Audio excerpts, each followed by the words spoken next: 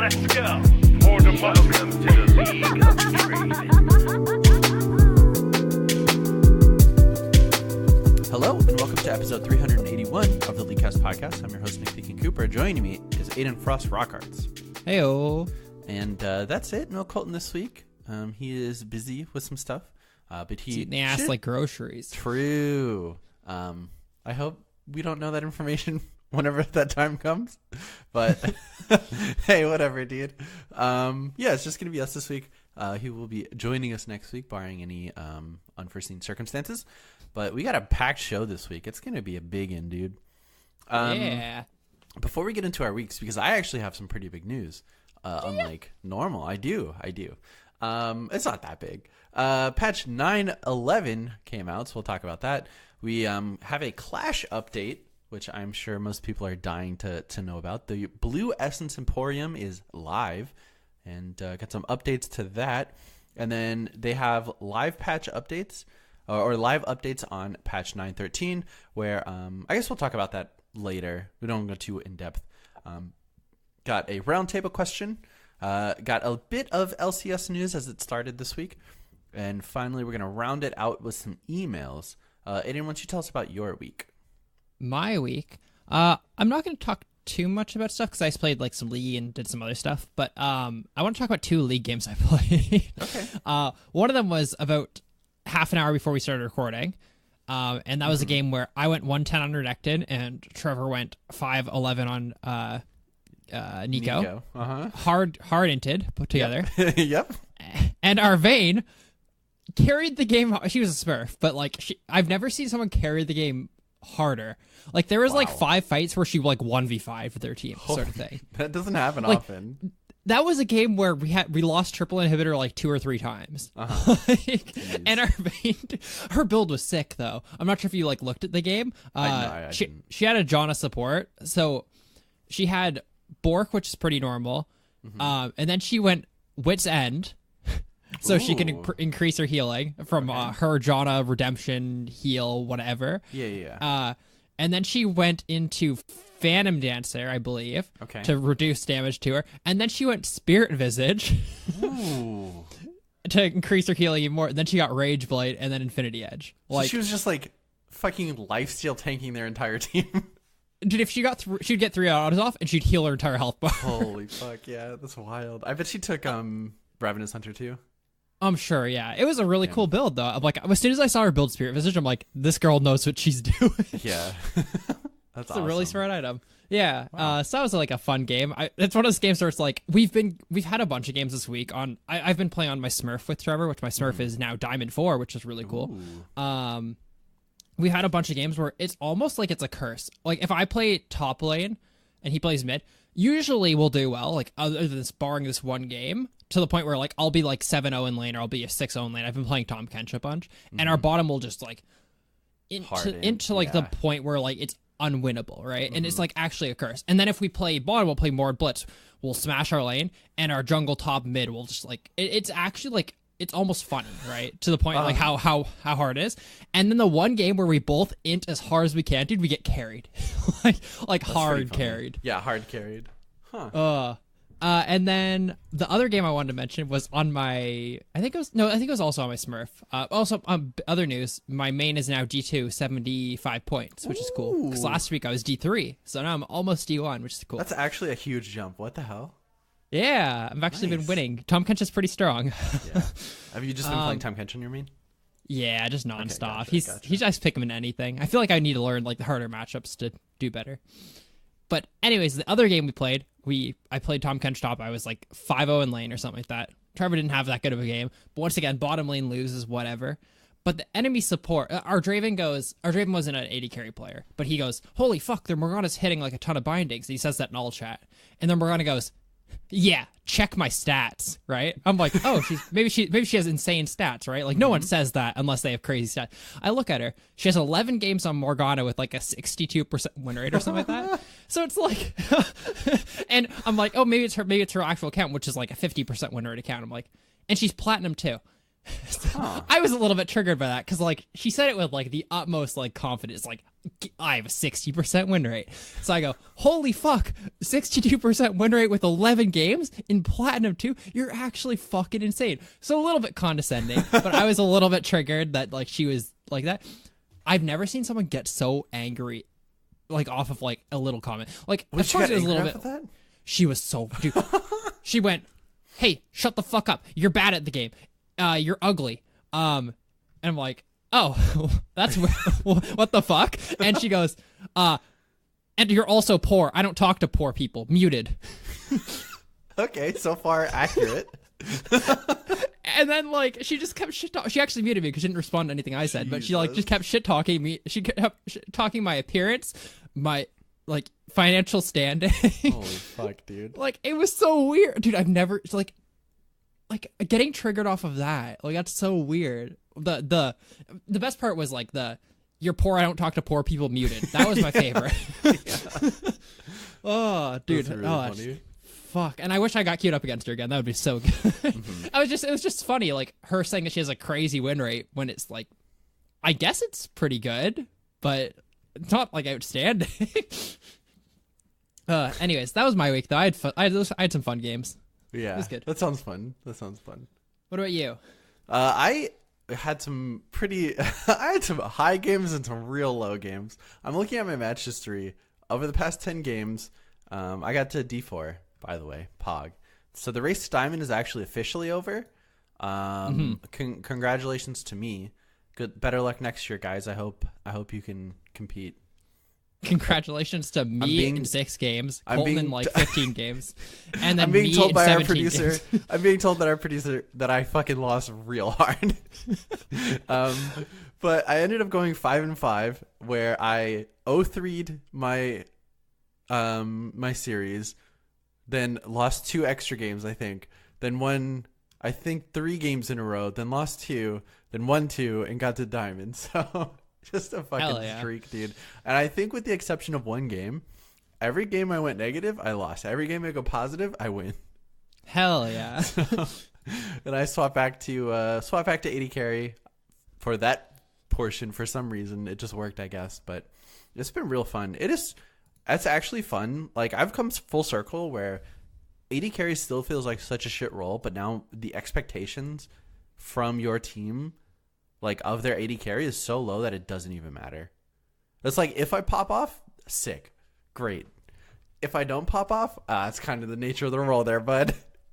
See, like, it's so weird, though. Like, I feel like 80 carry, like, my bottom lane 100% of the time determines the game. Like, way more than any other role in the game.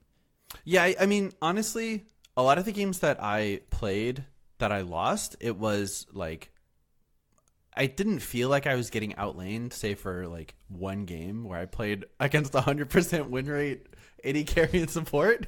Yeah. Which was fucking wild.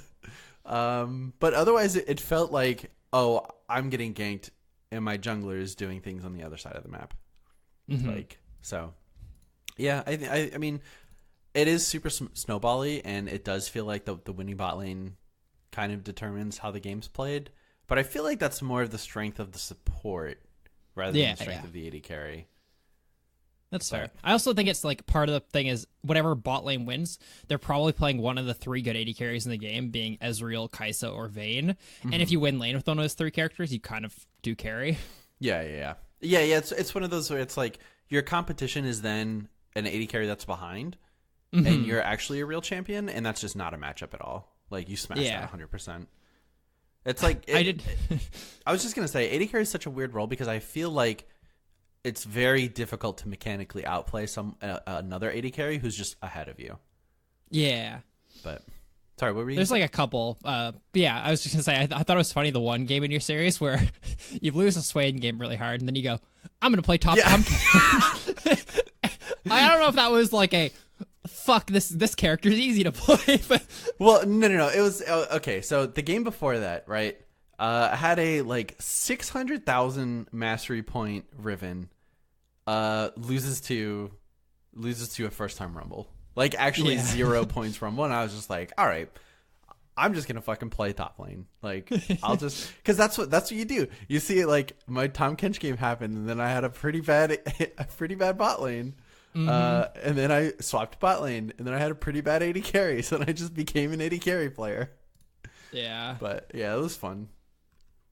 I think the rule of thumb for like ISR listeners is like as long as you can play consistently in like 5 out of 5 games, sort of thing, like at least 5 games in a row, then you can start blaming your team after that. You know what I mean? Because absolutely, in theory, you can have a feeder in any of your 5 roles on team, including yourself. And if you can negate yourself being one of those, then statistically it should be one of the other 4 in 4 out of like 4 out of your 5 games, right? Yeah. So as long as you're like more consistent than 5 games in a row, sort of thing, then it might be your team. Yeah, this was certainly not a like these losses that I had this week certainly felt like just shit matchmaking. Like consistently, I'd be playing against people who were like D3. I think in one of these games, I played against a D2 player. That's like, hey, bud, I'm plat 1. That's not supposed to happen. But hey, we made it, fam. After all this time. I still think matchmaking's so messed up from the beginning of the season, though. I've had a couple games this season, though, where I've like played against like a D1 player who has a negative win rate. I'm like, I feel like those two things shouldn't go together, like at all. Like you shouldn't be able to be like the top of the top ELO and have a negative win rate. Yeah. I can understand like. So I think the exception is like 47 to 50% win rate. Like 47 should be the bottom. If you're losing more than like 53% of your games, you probably should lose unless you have like a tiny sample size. But losing at like the time, I guess losing at certain points in your climb is fine. And if you lose, like if you win every single series, but you lose like the max number of games, or you like lose at 99 LP, but 1 win still gets you back in a series, like those losses don't really matter. So I like that's the kind of like, I don't know, zone. But if you're below that, it probably shouldn't be able to climb, especially not in fucking like low diamond. Yeah, it's wild sometimes. Also, like we've been having the problem of like some transfer accounts. I know that's been a problem on EU West for a long time. Of like, hey, this person was challenger on Turkey, right? And then he transfers to EU West and he plays his one placement game and gets placed to like D2 or D1. But he's not obviously a D2 or D1 player, and then just like hard ints every game. I've had a couple of games of that too, where it's like I look up this person. Oh, they have like 5 games on NA, and they're D3 or something like that. And I check their account. It's like, oh, they're from LAN and they were like a Diamond 1 player, and now they have a negative win rate on NA being D3. Like, gotcha. That's like always been a problem though. I thought it would have kept track of your. So like it just like gives you one placement game to readjust your MMR. It tries to readjust it based on what it thinks you should be at on the new server, but usually it places you a little bit too high. Yeah.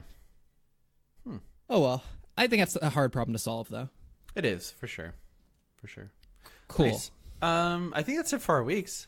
So let's get into but let's get into the patch notes where it's going to be long already. Yeah. Hey, so we got some 9.11, right? Or 9.11. Cool. We have some balance changes. I'll just run through these real quick, and then we'll get into the actual some hot fixes. Karthus ulti ratio is, I think they reverted a nerf, if I'm not mistaken. Yeah, they thought his like change to his ult was like too much, so they reverted it. Same thing for Master Yi on his Q, reverted some of the ratio, and then fixed a bug with Vayne. Yep, and then little Demon Tristana came out. It's kind of weird that it's at this part of the. Hey, you still voted for the wrong one, guys. So yeah. And actual meat and potatoes of the notes. Akali passive energy refund decreased late, and her damage ratio decreased on her passive. Hell yeah. So it's probably fine. I feel like she was fine before, honestly. I feel like she was the best. She was like the worst out of like all their like recent reworked characters and stuff like that. I feel like she just kind of abuses still like not very good player sometimes. Yeah, this kind of felt like a pro change. A pro nerf. That's fair. Yeah. Amumu, they nerfed his passive. Actually, Amumu has a really high win rate, though. I was looking at it. I still think he shouldn't be nerfed because he's Amumu, and he should be able to play around that character, but oh well. Yeah. Echo, basic attacking after E no longer is delayed due to animation, which is real nice. I felt real bad. Yeah. Galio's W base damage is decreased, the damage ratio is increased, and the E damage is decreased. So That's some changes dumb. to Galio. Yeah.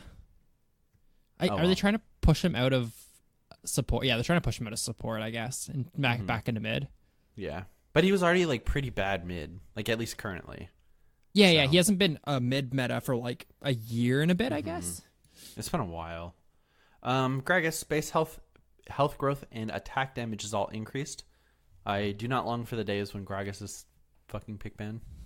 Yeah, I feel like he's even strong right now. He's like one of the him and Evelyn are the two really good AP jungles, and I feel like he builds a lot of AP when he jungles. Like Morello, Leandres, you build like a ton of AP on him. Yeah. Janna, W cooldown now scales. Base damage decrease late. E cooldown now decreases with Janna's CCs. When Janna CCs enemies, cooldown decreased early, increased late, shield increased. So let's break that down. So her shield now has a shorter cooldown early, but longer late. But it gets decreased by 20% when you hit someone with a knockup. That's kind of cool. Or slow. Or slow. Yeah, that's really nice actually. Yeah. I like that change. Yeah, I guess adding some interactivity with Janna late game as opposed to I'm just going to shield and ulti. I'm sure it's hard to figure out, too, how to add interactivity into a shield bot's character. Yeah, especially when is like entrenched as Janna in that role. So, yeah, it's really, I think it's a good change.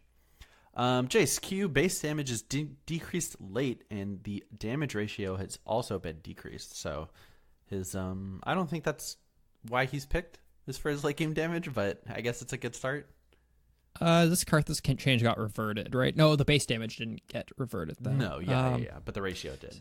Yeah, so the base damage on Karthus's got nerfed by 50 at all ranks, but they kept the ratio the same after the change. Mastery bonus attack speed at level 1 removed, and then they reverted the Alpha Strike change that we talked about. So has 8% less bonus attack speed at level 1. Hell yeah. Rammus basic attack damage flattened. R damage ratio decreased. Warwick Q healing is increased late. That's interesting. They still have they fixed the loud death sound yet? I don't think so, but I haven't experienced that. Yeah, I haven't really played with many Warwicks. Yeah. Yuumi, Q range indicator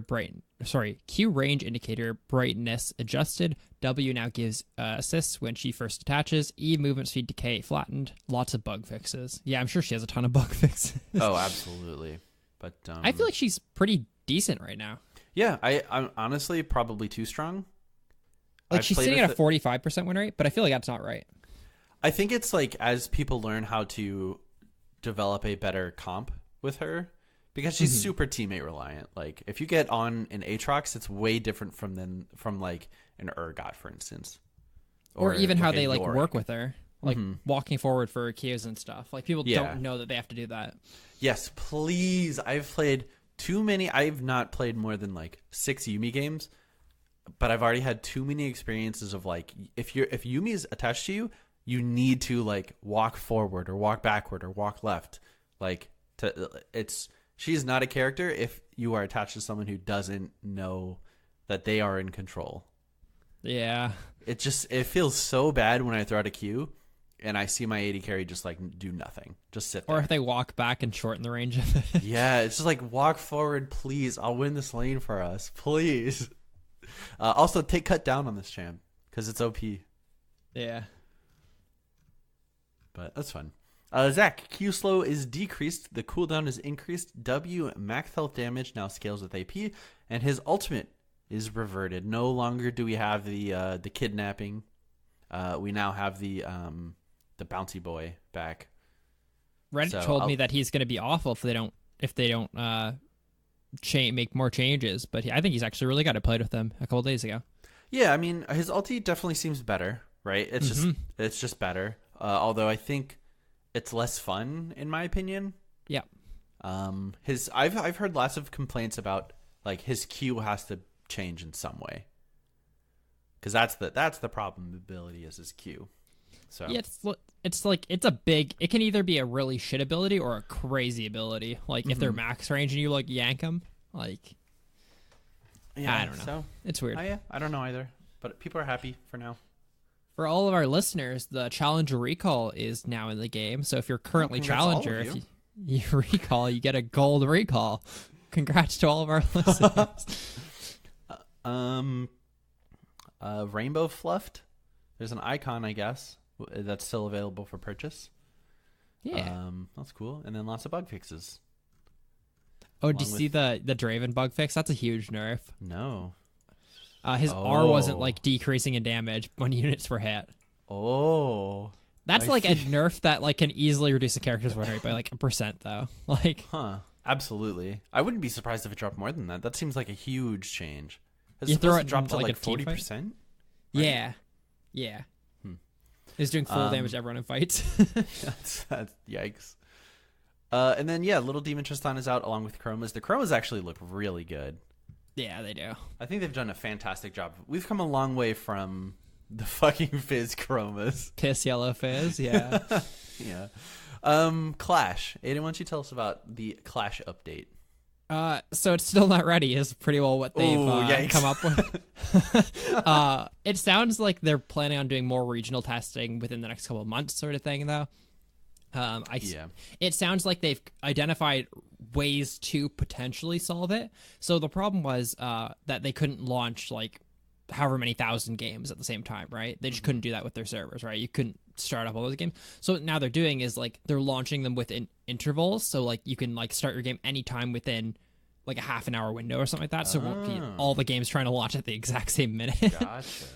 So they're going to probably try that in a couple months. I'm sure it will be on like PBE or something like that to test first, then probably regional tests and whatever like that. So hopefully we get it. I think it'd be a lot of fun. Yeah, I think so too. I think that's something that League's missing. There are a lot of like amateur tournaments to try to set that up, but you know, if you get first place, you only get 60%. No, that'll be fun. I for one I think they would be in a much worse spot if they released an unfinished like poor product. So even though it's a meme that like it'll never happen, like we'll never get Clash, it's probably better that they're taking their time. Yeah, probably. But we've talked about that before. Yeah, so next up is the Blue Essence shop. Hey, Blue Essence shop is there, and I wish there was some way to sort by Blue Essence price. So Reddit currently has the hard on of Riot purposely doesn't add that because they don't even want you to like buy items with Blue Essence because they don't make any money from it.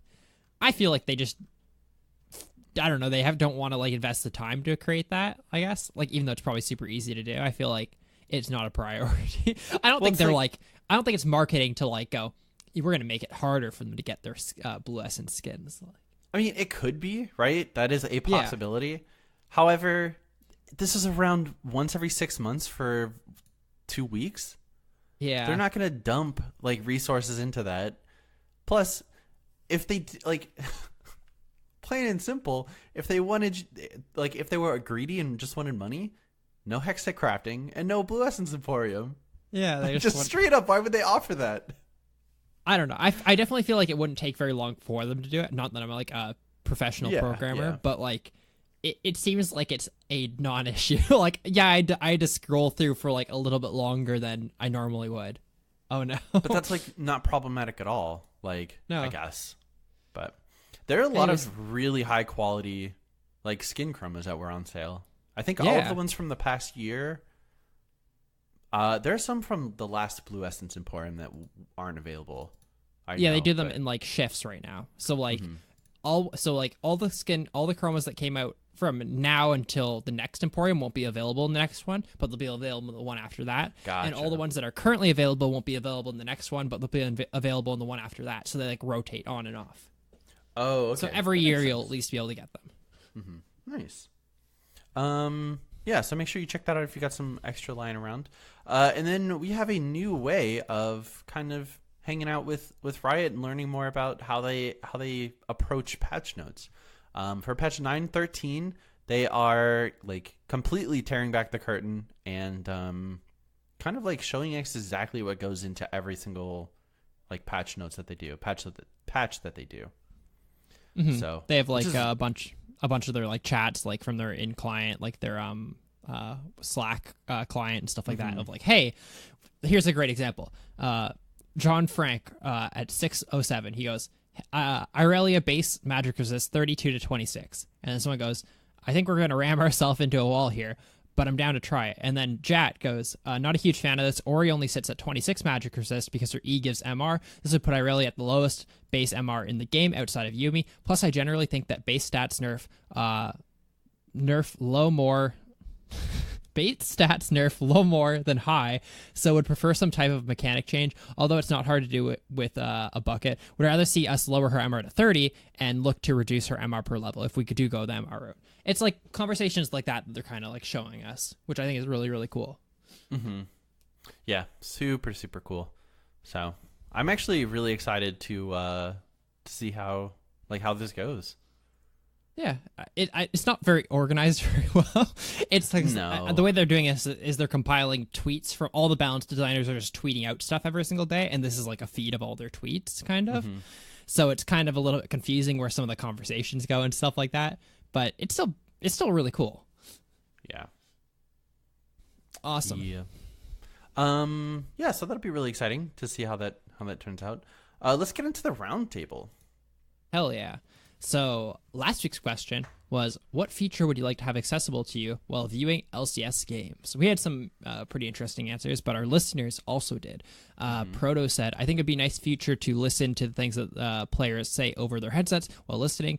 For example, some of the compilations, I know that G2 says a lot of funny stuff when they're playing. It would be nice to witness that firsthand. Yeah, a lot of our answers this week were like kind of looking for like comms or like in-client spectators and stuff like that. And I feel like they're all really, really strong ideas. Just figure out the logistics of it, right? You obviously wouldn't want... I guess, like... I feel like there are players who wouldn't want all that stuff, I guess, out there, right? Yeah, maybe it's something that they have available after, like... Oh, but even then, like, comms is something that's a little difficult because it's going to get used by other teams. And... yeah. If you have someone dedicated to just listening to like how TSM does their comms, then you kind of know it's almost revealing too much information, I feel like. Also, then you can't talk about anything like outside of the game strategy wise, right? In your comms. If you go like, oh fuck, we really should have picked insert our super crazy pick that no one knows about, right? Mm-hmm. You can't say stuff like that. Even when you're smashing, like you tend to be way more laid back, talking about the game less, and then just like, I don't know, hey, we're gonna shit on these kids. That's probably not a good look for a professional Riot product. Yeah, I think it would be really cool though if there was some sort of way to figure that out. Oh, absolutely. Judah on our Facebook said to be able to spectate games from the LoL client. I think that would be awesome. Be able to like move the camera around yourself. I feel like that's not that hard to do. I feel like you can do that in Dota, right? I believe so. I believe you can actually, from the Dota client, you can select commentators as well. And then kind of have the choice of direct camera in the game, follow along with like the actual cameraman or your own like personal thing. That's so cool. Brandon said it'd be cool to be able to move the camera around the map and watch specifically what you wanted. Alex said more player comm highlights. I feel like when they had the I feel like so they had those series, like I don't know what they were called. Riot had them, like they were like a mic check. Mic check. That was it.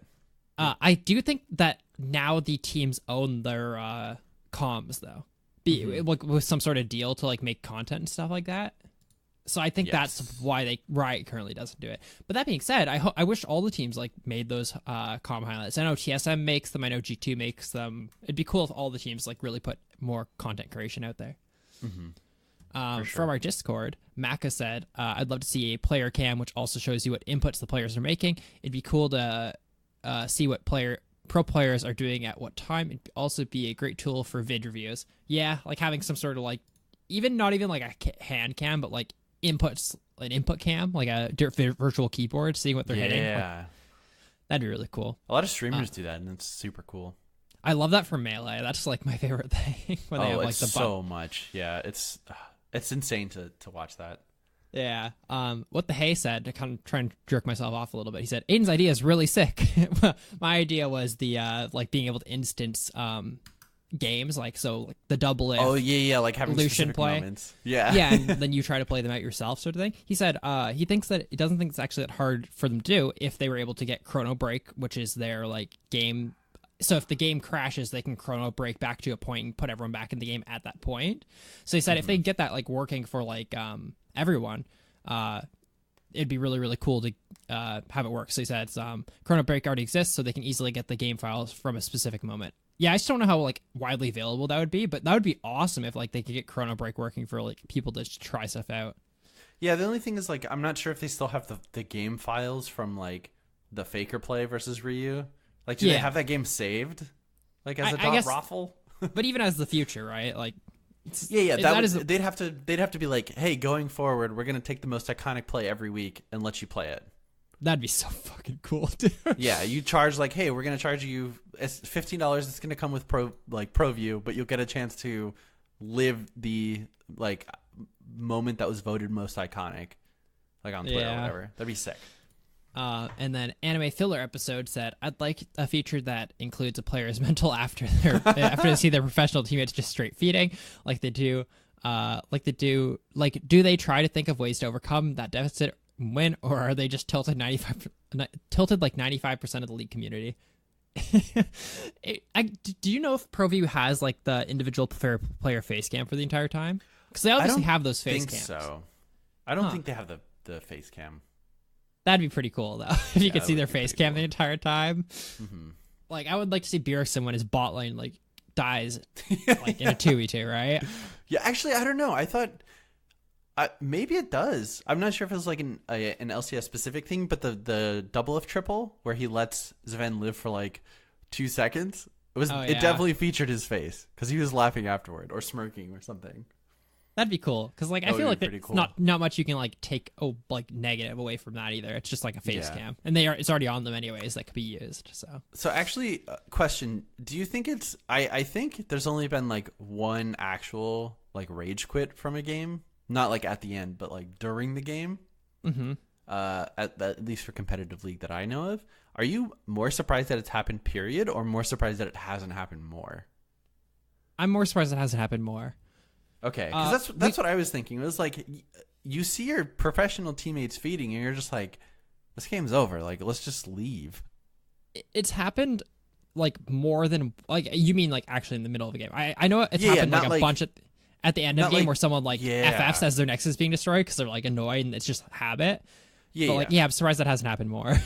Yeah, no. It's just like we're 30 minutes in, we're down 15 kills to like G2. And we're a relegation team. Like, let's just move on. Let's move on to a new career. Yeah. Yeah. Yeah, that's actually interesting. Also, I was thinking about relegations a couple days ago. Now that we have franchising, not that it's a very good example right now because Under Thieves still sucks, but I'm so glad we have franchising and the fact that 100 Thieves went from being a second place team in NA to one split later. Like 6 months later, being the worst in relegation territory, right? Yeah. Which that's insane to me. So like, I am happy that there is some sort of like stability in the industry. And I do think it's nice that they included like, hey, we'll still kick you out and take your money if you don't attempt to make changes. Yeah. So that's good. Did you also see Travis Gafford's he ranked the LCS teams by salary divided by number of wins. Oh, I did not. Let me try to actually we'll talk about that in our LCS section. That's super. Yeah, that's super interesting. This week's roundtable question though is Riot has decided that all summoner spells aside from Flash and Teleport are awful, so they've decided to rework the others in a way that's so broken that you just don't take Flash all the time. What do they do to the summoner spells, Nick? This is from Victor, by the way. Yeah, thanks, Victor. I'm gonna say so. Clarity sucks, right? Yeah, but the word clarity kind of like it almost seems lost. You know, like maybe I'm thinking right? Clarity, like a cleanse sort of thing. Okay. It not only does it cleanse you of all CC, it also prevents the next one. We're trying to make these busted, right? Yeah. That's busted. It is an Olaf ulti and a Banshee's. Do you remember the change they were going to do to Barrier a couple like years ago? No. Where it was going to have like an AoE shockwave outward, like to like push enemies away from you. Oh, yeah. Like, like then tanks were just taking it and they would engage with it. Oh, and yeah. use it as another CC. Yeah, I do remember that. They're like, fuck, okay, we can't do this. So like mine, I also want to go with Clarity. I want to balance mine. So mine's still OP. It's definitely OP, but like, what if Clarity just gave you like infinite mana for like 10 seconds or something like that? Ooh, like you didn't have mana cost during that time? Yeah. Okay, so kind of like an old Presence of Mind, like sort of thing. Yeah. I feel like that wouldn't be a bad, like, so that's like a more of a balanced version. Like, of course you can make it insane. Like, you use it as like 30 seconds or something like that, and your CDs are reduced or whatever. Like that would be my way to make it broken. But like, as an actual balanced spell, I think making it like 10, 15 seconds of like no mana cost is actually kind of balanced. I guess like it's less about, it's like still kind of weak because a lot of characters don't have like a lot like high mana cost anymore in this game compared to like earlier seasons. But I could still see it being really, really good. So I'm gonna run with that, right? What if it's like your next, when you press it, right, you get this window where actually using abilities and hitting champions with it refunds the mana cost of the ability. Ooh. So suddenly it becomes this like, I need to go aggro to restore my mana. That'd be pretty cool. It'd be fucking awful to play against, but it'd be real fun to play. You're like, I finally ran him out of mana. Oh, he's got Clarity. Like, I feel like if they wanted to make it broken, it would have to do something like gives you 100% mana back and 50% of the damage is like restored as health or something like that. Oh, absolutely. It'd have to be something busted like that. Yeah, but I feel like that'd be a fun spell to use. It wouldn't be like good, but it would be good. It would be fun. Yes, you can hit us up on our Facebook page at Leakcast, send us an email, mail at leakcastpodcast.com, or come into our Discord and post in our roundtable section and answer that question by Victor. It's pretty fun. Hell yeah.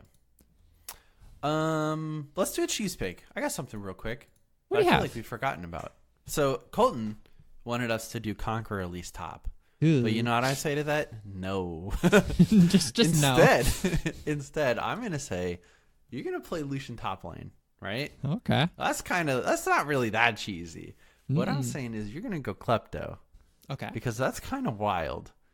It works with this passive. You proc it twice. I know we've mentioned it, but I think that was in the bot lane previously. But there's a lot of like real strong melee characters in the top lane. However, none of them are going to bully Lucian out of lane. Like, he's going to get bursted, absolutely, but he's not going to lose a trade. And then you're just going to snowball even harder with that lead with Klepto. You can take like flash TP. You're going to go super safe. You can even go. I'd even consider going like a cheesy blue build, like with a tier. Get a Freezy Fist, an Essence Reaver, get all that mana back. Hell yeah. Hell yeah. That's actually not bad, I think. I think it's playable. I think it's certainly, you pick it into any tank, you win the game, 100%. Like, there's a reason why Vayne top's like playable right now, right? It's because she doesn't get completely decimated because there's so many like melee characters right now that she can kind of just like farm up. So I feel like he could also do that as well. Yeah, I think that's playable. Yeah. Nice. Cool. So LCS, Travis LCS. Stafford. I found it. So the way that it's ranked is it's their team salary payroll compared to their spring wins, right? So this is only for players and coaches, I guess? It says their org's team pay. I think it's just their players and coaches. Maybe it might even only be their players, actually. Gotcha. Well, you already know. Can I guess? Yeah, so like you have to think of like it's compared to the number of wins, right? So it's So my first guess would be like Echo Fox. Echo Fox is 3. 3, okay. I'm trying to remember who's in. This is for last split, right? This is for last split, yes. Okay, Cloud9. Cloud9 is number one because they have obviously the most budget roster with 2 like academy players, right? 2 rookie academy players, yeah. Yeah, and like a ton of wins, right? So yeah, they're number one. I definitely thought Echo Fox would have been up there because they don't have a ton of like super high name I mean, they're players. number 3 still, right? So it's not that bad. Yeah, I guess so. Number 2. So I'm gonna say, all right, I'm gonna work from the bottom. 100 Thieves. Okay. 100 Thieves, yep, number 10. I'm gonna say number 9. Oh man, this is tough because the biggest wild card is Team Liquid and TSM because they win a lot of games, but they probably spend the most on their roster. Mm-hmm. So 4 and 5, Team Liquid, TSM. I want me to tell you where those teams are instead. I think that's probably the best. Okay, yeah, that's fine. That's fine. TSM's 2. Oh, okay, that's actually surprising. So the reason they think is that a lot of their players are still like into like old salaries from like long contracts and stuff like that. So people like Bjergsen aren't making like $1 million a year, right? They're probably making like a more reasonable amount. Yeah. Okay. That's the same thing as Sneaky, right? Yeah. Okay. Yeah. And then you said Team Liquid. Team Liquid is 8th. Ooh, They're spending the most by like any team. Like, yeah. I knew that. It was like hard to place them. Apparently, like what he said was apparently Team Liquid pays the most out of any team, approximately 3 times as much as the cheapest team. Oh, wow. Okay, jeez. Golden Guardians 4th. Yeah, Golden Guardians is 4th. CLG 5th. CLG is 7th. Ooh. I'm forgetting. Oh, you the just last tell me teams are Clutch, Optic, and FlyQuest. Okay, FlyQuest has got to be 5th then. Yep, 5th. Clutch has got to. You have 6th and 9th left. You have 6th and 9th. I can't remember. Optic 6th, Clutch 9th. You got it. There you go. Oh yeah. Yeah. So it's kind of interesting though. And someone in the comment section, they put together like a estimate based on like average player salary combined with like estimates of like saying, Team Liquid makes 3 times as much as the cheapest team, which they can figure out as whatever team. And they came up with salary estimates, which might be wrong, but it's pretty cool. And like they did it by number of LCS wins, and it fell perfectly into line. Ooh. So they estimate that at the very top, the high salary teams are I'll go by highest salary. Okay. For players or teams? For teams. Okay. So Team Liquid is 2.75 million. Okay. Number 2, this is the next closest. There's 3 teams tied for this, which is Cloud9, TSM, and 100 Thieves at 1.7 million. Oh, one of these things is not like the That's other. $1 million less. Than they're paying. Oh boy. And then it goes FlyQuest at 1.6. And then Golden Guardians and Clutch at 1.5. And then CLG at 1.3. They're the second cheapest team in the league, behind Fox, which is 1.2. A full 50% less than Team Liquid. Yeah, that's insane, isn't it? Yeah, that's wild. Yeah, and Optic's the only other one, which is 1.25 million. Yeah.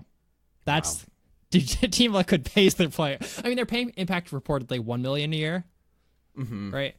They've got to be paying double, if like pretty close to that too. Yeah, and they fucking snipe Jensen too. Like, yeah, and they just picked up a world champion, Core JJ. Like, they're paying everyone a lot of money. Yeah, is Jensen Jensen's the weakest link on that team, right? Which is wild that we're saying it. Yeah, probably.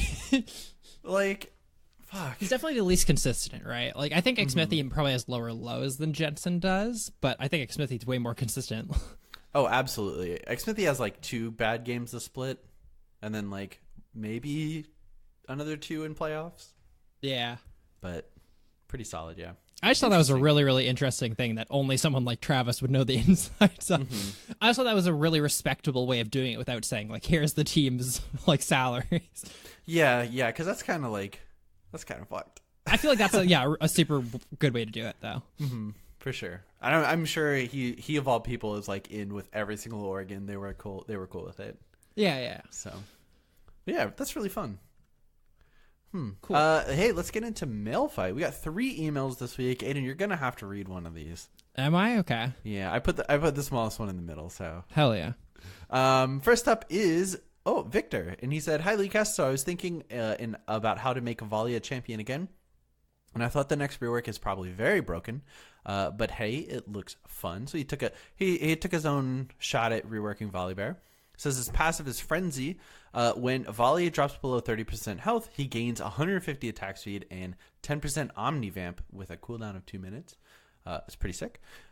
His Q is Electrostatic Charge. He envelops himself in electrostatic energy, making him immune to any mobility affecting skill, which is positive or negative, and charges with extra move speed. During the charge, any projectile that passes around him gets redirected to his body and reduced by a flat percentage. When he collides with another champion, he releases the charge, dealing a portion of the absorbed damage as magic damage and flipping the enemy champion. That's pretty cool. I actually really like that ability a lot. Yeah. His W is Thunder Maul. He mauls an enemy champion, locking a portion of their current HP for 5 seconds. If the rest of the HP of the enemy champion drops, the locked HP immediately drops to 0, killing the champion. If not, the HP is doubled, healing the champion. That is fucking wild. That's a pretty cool ability, though. You just bite someone, 30% of your health is gone. Good luck. Holy fuck. Wow. Also, 5 seconds is way too long. Yeah.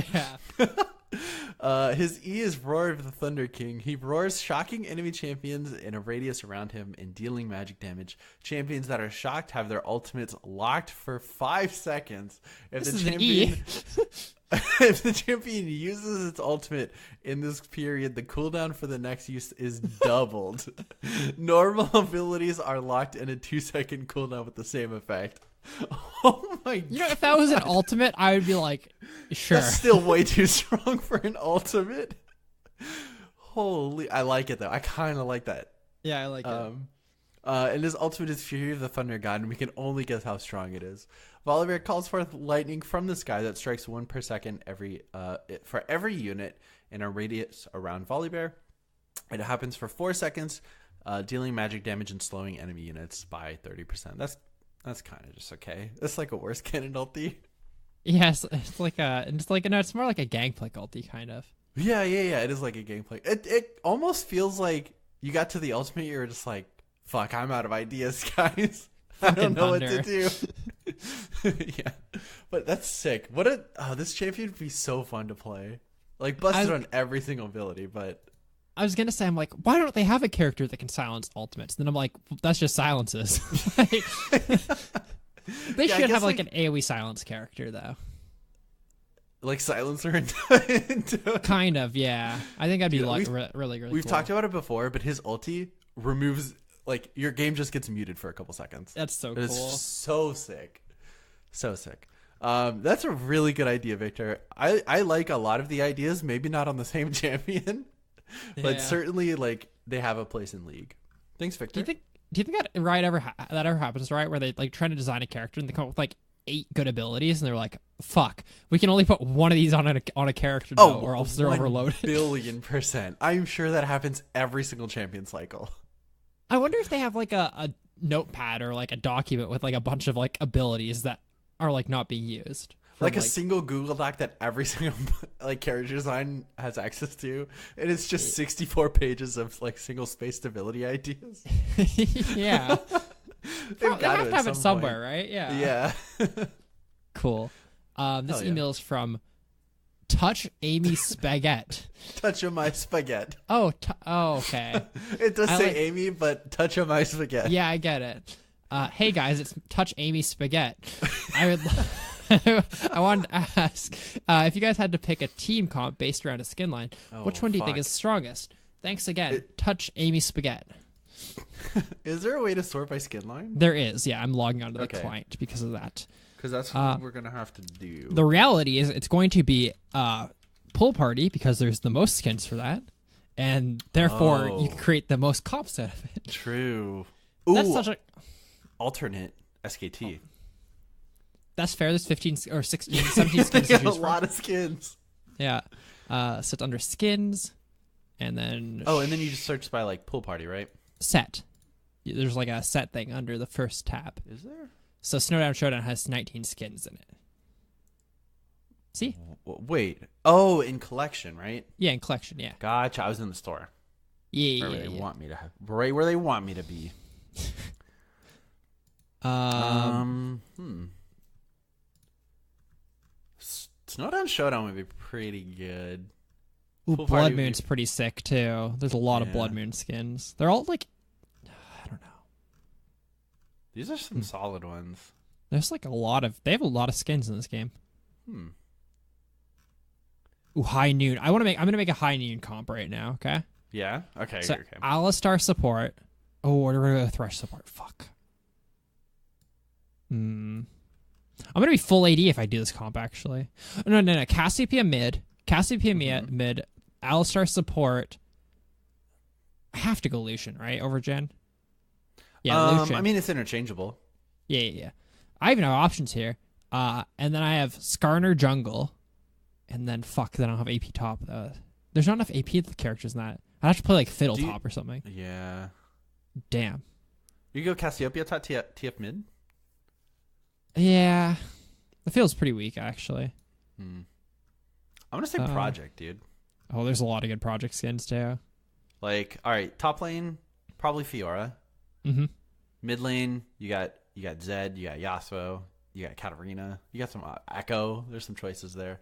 Jungle, I guess is weak. You got to go Vi, or I guess Vi's strong right now. She's not strong. Vi's pretty okay right now. And then bot lane, you go fucking Leona Lucian. Yeah, that's fair. Seems pretty strong. Honestly, like a lot of these are super good. Yeah. Oh, I'm going to do Star Guardians, actually. True. I think that's fair, because then I can play Ezreal Janna bottom, Syndra mid. Is there a jungler for that, though? There's not a jungler for that line. Poppy jungle, I guess. Ooh, that feels bad. That's pretty weak. Yeah, fuck, dude. My comps get, like, screwed by one every single time. Yeah. This is kind of interesting, though. This is... Lunar Revel. Okay. So under the skin line, we have Azir mid, Vi jungle, Riven top. Fuck, there's no AD carry. Every single time, dude. Bilgewater. Okay, we got this one. This one's fine. Bilgewater. Okay. Okay. Misfortune AD carry. No, it's not Misfortune. That's Diana. Fuck. Tristana AD carry.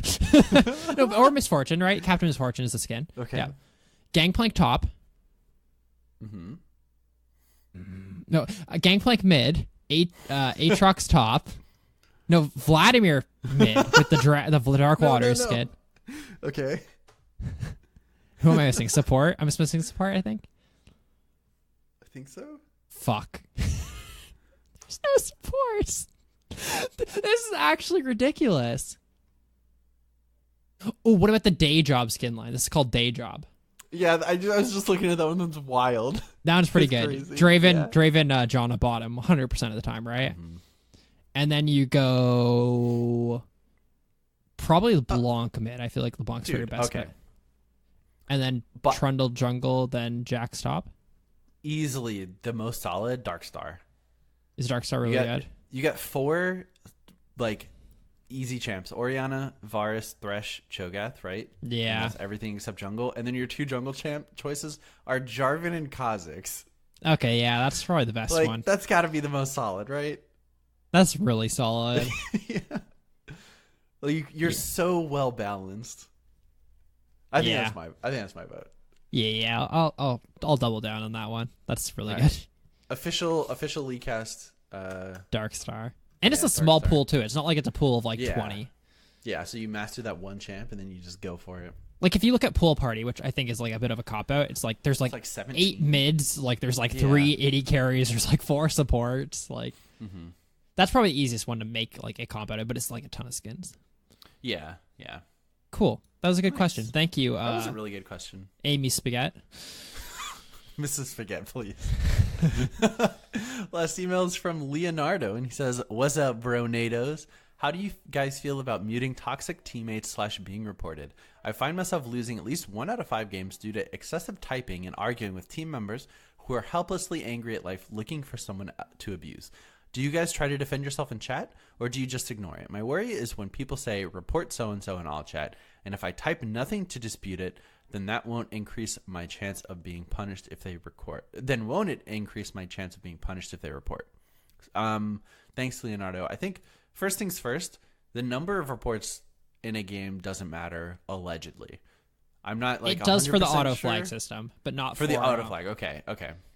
Yeah, not for but like, not for like them personal review. Yeah. So if they an report auto flag for, only pulls you for like actual like intentionally cursing. feeding or AFKing or stuff like that. Yeah. So even then, I feel like it's not even like a report thing that's gonna like the system is gonna flag you. The reports probably help a little bit. Yeah. But and then honestly, you should lose 0 games to like typing to teammates. If it's becoming a problem, mute. Like that's honestly not an excuse. I mean, your win rate's got to be pretty high if you're climbing and also flaming your teammates the whole time. But I don't know. It's like I understand the frustration. I during this past week definitely probably said some things that were a little too mean. Nothing like that breaks the code, but like, hey, you suck too. Stuff like that. That's like a little beyond friendly bans, I suppose. But like, hey, dude, just mute him. Yeah, it's a game. You should never like actually be upset playing it, sort of thing. And if you are, then like stop playing. In general, like in a perfect world, you should be able to just like mute some as soon as they type something negative. You should be able to mute them, and like it will lower your chance in the fact that you can't listen to their calls. But if they're just like flaming, then you shouldn't listen to their calls anyway, sort of thing. So yeah, I feel like leaving pings unmuted is enough for those calls.